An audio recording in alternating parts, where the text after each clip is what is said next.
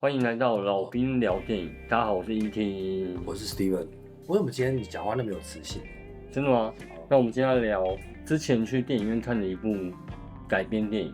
对，我们终于回到电影了，因为我们很久没有讲电影。对，就是我也不知道为什么那么久没讲电影。对，为什么？没有都在聊剧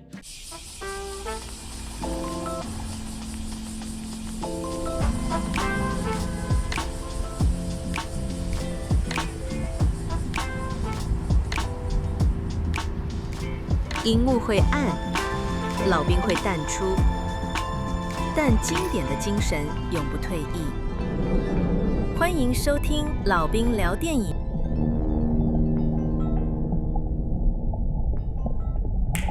去年花最昂贵的电影是哪一部？你知道吗？《阿凡达》哦。然后它的票房也没有达到预期。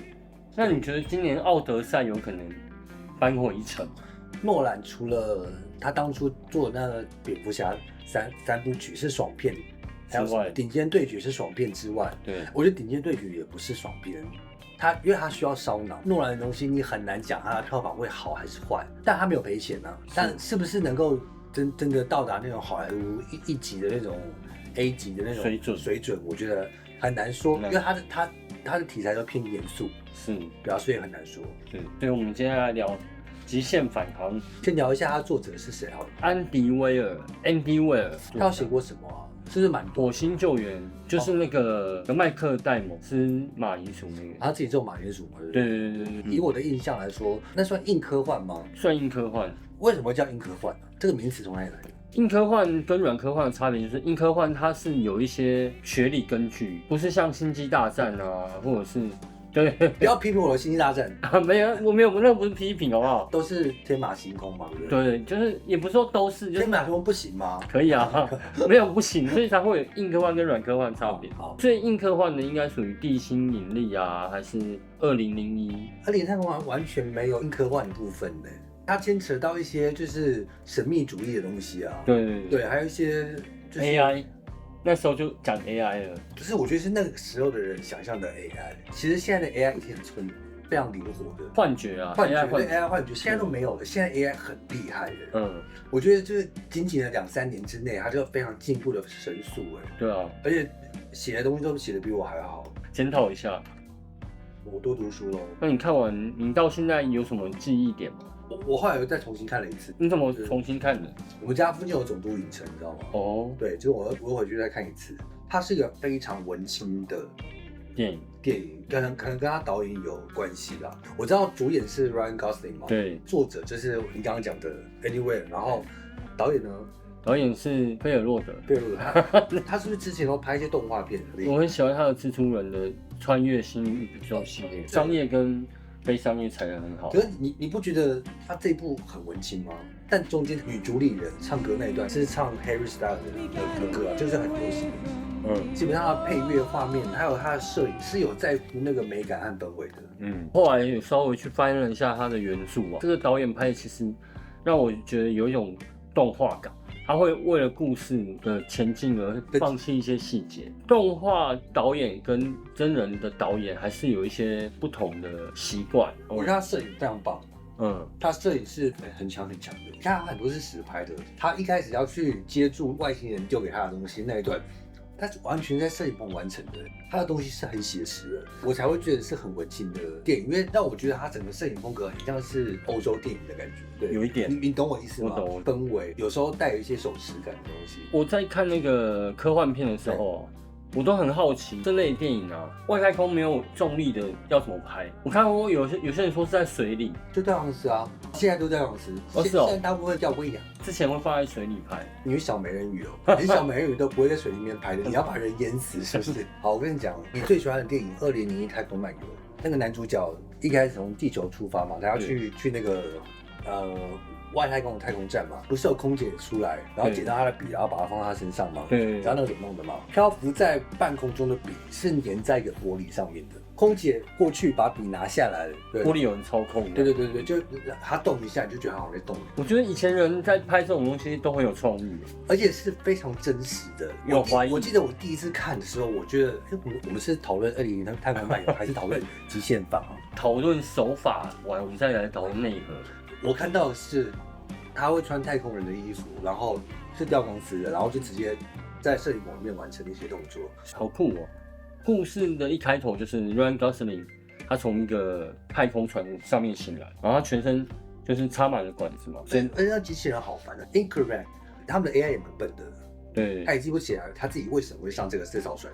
我们刚刚提到了硬科幻嘛，在过去的科幻电影都是用睡眠舱嘛，可是世界上我们没有冷冻舱这种东西，人类现在技术还做不到这个东西。对，人类冰起来，我们细胞也就会死亡。所以他的故事里面是怎么设定的？有一种昏迷的类似气体昏迷状态里面，他们等于是要昏迷的11年才能抵达那个地方。那这样不会变老吗？昏迷就是等于你的整个代谢都变慢，所以可能11年可能只过1-2年。其实像我们在睡梦中睡觉的时候也是代谢会变慢，记得睡。所以他们插那些管子都是要为了维持他的生命。他其实是被昏迷，对吧？可能就像吃 FM2 一样。对，他回去会不会告那个太空总署他们？假如我会想告一下，被强迫工作。他救全人类应该可以拿到蛮多钱。对，然后他就慢慢的记忆恢复以后，他就想起来他为什么会被送来外太空。他其实是交叉剪接的方式，对，就慢慢的在回溯那个世界发生了什么事情。就是他发现那个太阳被一种叫四星体的微生物吸取了能量，看起来会很美，像银河。就是太阳会被慢慢的吃掉，地球会失去太阳的温度，地球就变冰河时期。我无法理解，他们是一种碳基生物，它怎么能够在真空中生活？很自由因为他们本身能够蓄积很大的能量。对，但是他们有意识吗？难说，子非鱼焉知鱼之乐？它其实是被一直送上太空去，人类发现我们的太阳系快死掉了，因为太阳快死掉了。对。可是他们发现，在11亿光年之外有一个太阳，它也被次星体吞噬，可是它并没有熄灭。片名叫《极限法》，原名叫 Project Hail Mary。这个计划本来就是要去天舱找到为什么他们的太阳不会被次星体吃掉这件事情，因为世界要毁灭了。挖掘都还没有，大家就极限返航。他根本没有返航。对啊。但我知道我们香港和台湾的，我觉得我们比较有文学造诣啦，我们跟中国不一样。但是极限返航是什么东西？极限返航到底是什么东西？但是然后这时候最精彩的来了什么？他到了那边以后，发现一个他遇到了一个什么东西？好朋友。他遇到一个外星飞船，对。但我必须要来吐槽一下，他的 AI 也太聪明了吧？你还记得《异形入境》吗 ？Amy Adams 演那部，就是他去解译外星人的语言，他们花了3个月，他们只会讲一些简单的东西。你知道这翻译语言是有多困难的一件事情吗？因为是个外星人的语言。异星入境得了那个星云奖，你知道吗？他书非常的好看。By the way， 我的台湾漫游录是不是在那边？最近他们得了奖对，又得奖了，恭喜厉害！对，我觉得就是台湾作家真的很棒。Rocky 就是因为这个外星人长得像岩石一样。对，惊奇家族就是那个什么。惊奇四超人里面那个 Fantastic， 对，里面不是一个石头人。如果是那个石头人遇到 Rocky 会这样打炮吧？他们都是男的。你怎么知道他是男的？因为他后来你只是认为他是男的，他们真的有性别这个东西吗？他有可能是女的啊。但我觉得他吃饭的方式蛮好笑的。Ryan Gosling 跟 Rocky 这2个不同星球、不同种族的生物互相帮忙彼此，在天舱展开一些冒险。Ryan Gosling 他们要做科学研究，也差点死掉。人类跟 Rocky 这2个生物是不一样的，他们能够接受的空气、大气都是不一样的。因为 Rocky 来到我们目前呼吸的空气，它会燃烧吗 ？Rocky 为了要救 Ryan Gosling， 差点挂掉，是蛮感人的。而且我觉得这部片从小我们看那么多外星人进攻地球，还有敌星际终结者，外星人来地球都是有些目的的，而且都很暴力，对，都没有什么好出现什么世界大战啊。这种故事就让我们想到正面的，就是良善的人类跟不同种族，我们其实可以有不同合作。我看我们现在的社会啊，对吗？最近又有美国跟伊朗会打架，俄国和乌克兰最近好像蛮强的，不对称作战。拜托那个民众党和国民党，虽然说我是民众党支持者，但我觉得你们不要再挡那个军购预算了，好不好？拜托一下。因为你是时代力量支持者吧？我都是啊，不行吗？我觉得我们一直用什么我们不了解彼此才会有这些战争，我觉得这都是借口扩张。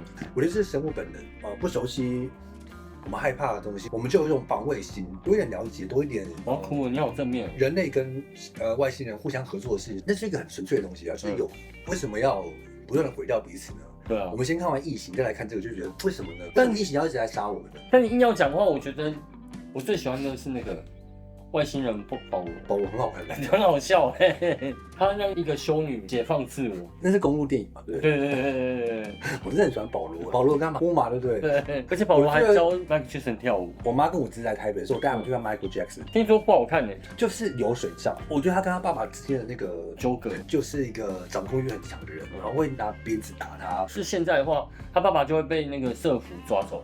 1960年代都还是种族隔离的时代，你都可以公然种族歧视了。我知道。怎么会在乎你打不打人这件事情？对，我的意思是说，是不是要这样打才会诞生出一个麦克？很难说，鸡生蛋，蛋生鸡，这很难说。但我看完的时候，我妈妈跟我都觉得，其实没有他爸爸就没有现在的他，因为他爸爸太严格了，就是而且他爸爸怎么会叫一个最小的小孩子来唱歌呢？就是他故事想要讲太多，就变成什么都没讲。流水账，都是太正面的东西。对于他的歌迷来说，对于像我从小听 Michael 的歌长大的，我对于看到那些场景在重现的时候，我还是有一种感动在里面。我想要回到刚才在讲，就是动画导演跟真人导演还是有点差别。那小美人鱼是动画改编吗？还是安徒生？对，那算改编吗？童话算改编？算了。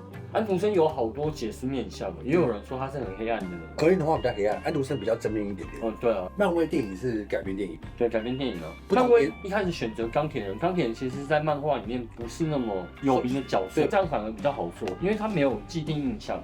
你看最近这几年的蝙蝠侠，其实不是很好拍，大家已经听到烂掉了。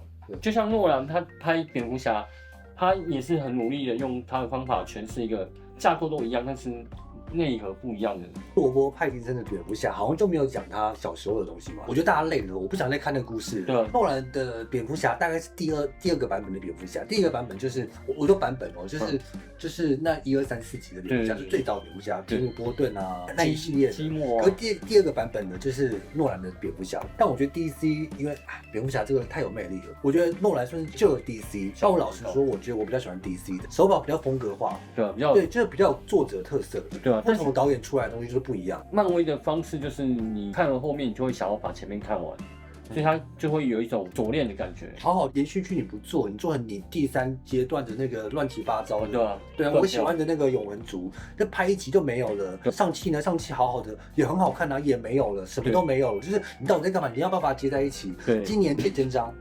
我觉得改编电影就是比较难的是，你又要有导演的想法，你又要必须不能偏离元素太多。惊奇四超人为什么？他都是一群同样的角色，什么银色冲浪手，怎么都是同一个对反派，我受不了，我受够了。他是只有这个反派可以讲嘛？我活着有生之年，我就已经看到第3个银色冲浪手。对，就是我觉得我受够了，你知道吗？我之前跟他去约会的时候，我看的这部片，我那个约会对象一直说我怎么那么难看呢？因为其实这部的作者小说里面有很多数学公式，那个男主角醒的那边，小说花了蛮大的铺陈，但是电影其实算蛮快就跳过去。但我以为你要讲说改编跟电影之间的差别，因为电影本来就不能交代流水账，对，大家在2个小时内要完成这件事情。导演重心如果故事讲好的话，他可能就会选想要是让你感受到外太空的感觉的时候，他不见得会跳过，就像。地心引力是一气呵成，真的会让你有一种害怕的感觉。我真的会害怕，而且会有一种呼吸感。赞助布拉克被甩出去的时候，我真的觉得很害怕。对，地心引力是非常沉浸式，你完全能够沉浸在那个世界里面，那个恐惧，你要被甩走的害怕。我们还要去中国天宫站嘛，天空站也出事了，大家都出事了，然后他必须要回到地球嘛，就是因为在太空太久了，回到地球重力很重嘛，他从水面爬出来。我个人读一些电影理论的东西，所以我做比较多诠释啊。我觉得是证明人类的那个意志能够超越一切。对，我们从爬虫类、哺乳类，然后慢慢站起来。我对那段的解译是这样子，觉得那一段让我觉得是有这种感觉。其实不用说太空，你就算坐船，你坐一段时间再回到陆地上，都有一种飘忽的感觉。我侄子会吐这是我带他去花莲外海赏金嘛，然后弄那边吐，然后我就在骂他，真的假的？他说不然吐什么？他会变 Michael Jackson。对，所以我觉得看完这部电影，看完会有让我有一种感觉，就是意犹未尽。电影和它的原著故事结束在同个地方吗？我好像没有看过这样的电影，这样子去解释外星人跟人类关系的电影，我很替他们感到开心。对，但是就有一种好像过于浪漫的感觉。我觉得这个时代需要这样子的东西。真的哦？对啊。90年代、80年代很多那种像异形啊，像什么 ID 风、星际终结者啊，因为90年代是一个很欢乐的年代。80年代末苏联解体，整个世界都是美国掌控的，消费主义就开始。然后美国的华尔街股市又创新高，然后美国从那个苏联解体之后，它从70、80的泥道走出来，那时候需要一些恐怖的东西来吓我们自己。这个时代已经很苦了，你知道吗？对，要快乐一点。所以我自己的诠释是这样子，我觉得电影是跟随着时代不断的在改变的。我们这个时代需要 James Gunn 的那种超人，对，不要再太难过的超人。你会给这部电影几分？8.5，很高对？很高哎。它会让我觉得看第二次不会无聊。我觉得因为那个意犹未尽，所以我只能给7.5。我对于科幻题材本来就比较仁慈嘛。对啊，了解。好，我喜欢看，所以我对于科幻比较严格。你说的也对，我说的也对。对啊，好烦哦。科幻机你最高分给谁？星际效应。我星际效应可以给到9.5。我应该是机械机。它音乐很棒，玻璃、明喻、隐喻的东西，对，就是人在里面，人在外面，对，最后人全部在里面，他最后出来外面，对，就是我觉得这个东西实在是太棒了，它里面女性角色都很漂亮，比较华人脸孔，那个女主角也很漂亮，都很漂亮，你说你给几分？7.5。哦，7.5，对啊，那我给8.5。好，我觉得大家看完《异形》觉得太害怕的话，可以去看这部片。但是我说真的，我对 Ryan Gosling 有点腻。对谁不腻？我对 Pedro Pascal 不腻。哦。就是我觉得我还可以看他《最后生还者》第3季，我还可以看他那个《曼达洛人》和《谷谷》，他目前可以多来几部电影。John Cena 不腻，觉得蛮不错的。他的中文名叫什么？赵喜娜。对，John Cena 是赵喜娜，很像一个韩国明星，真的。而且我觉得 John Cena 其实有挑片，他没有像 Rock 一样乱拍一通。Rock 在金球奖上面还被笑说什么？他有一部片叫《野蛮游戏》，最近那一集什么 Another Level 什么东西的，然后被笑说真的吗？然后就被那个金球奖的主持人调侃。Jumanji Next Level was it? I'm just saying. I love you guys. 就一说很烂的意思，因为真的蛮烂的。但我还是喜欢野蛮游戏那一系列，有机会可以讲那一系列。好，对，好了，就这样子。好，就这样。好，拜拜。拜拜。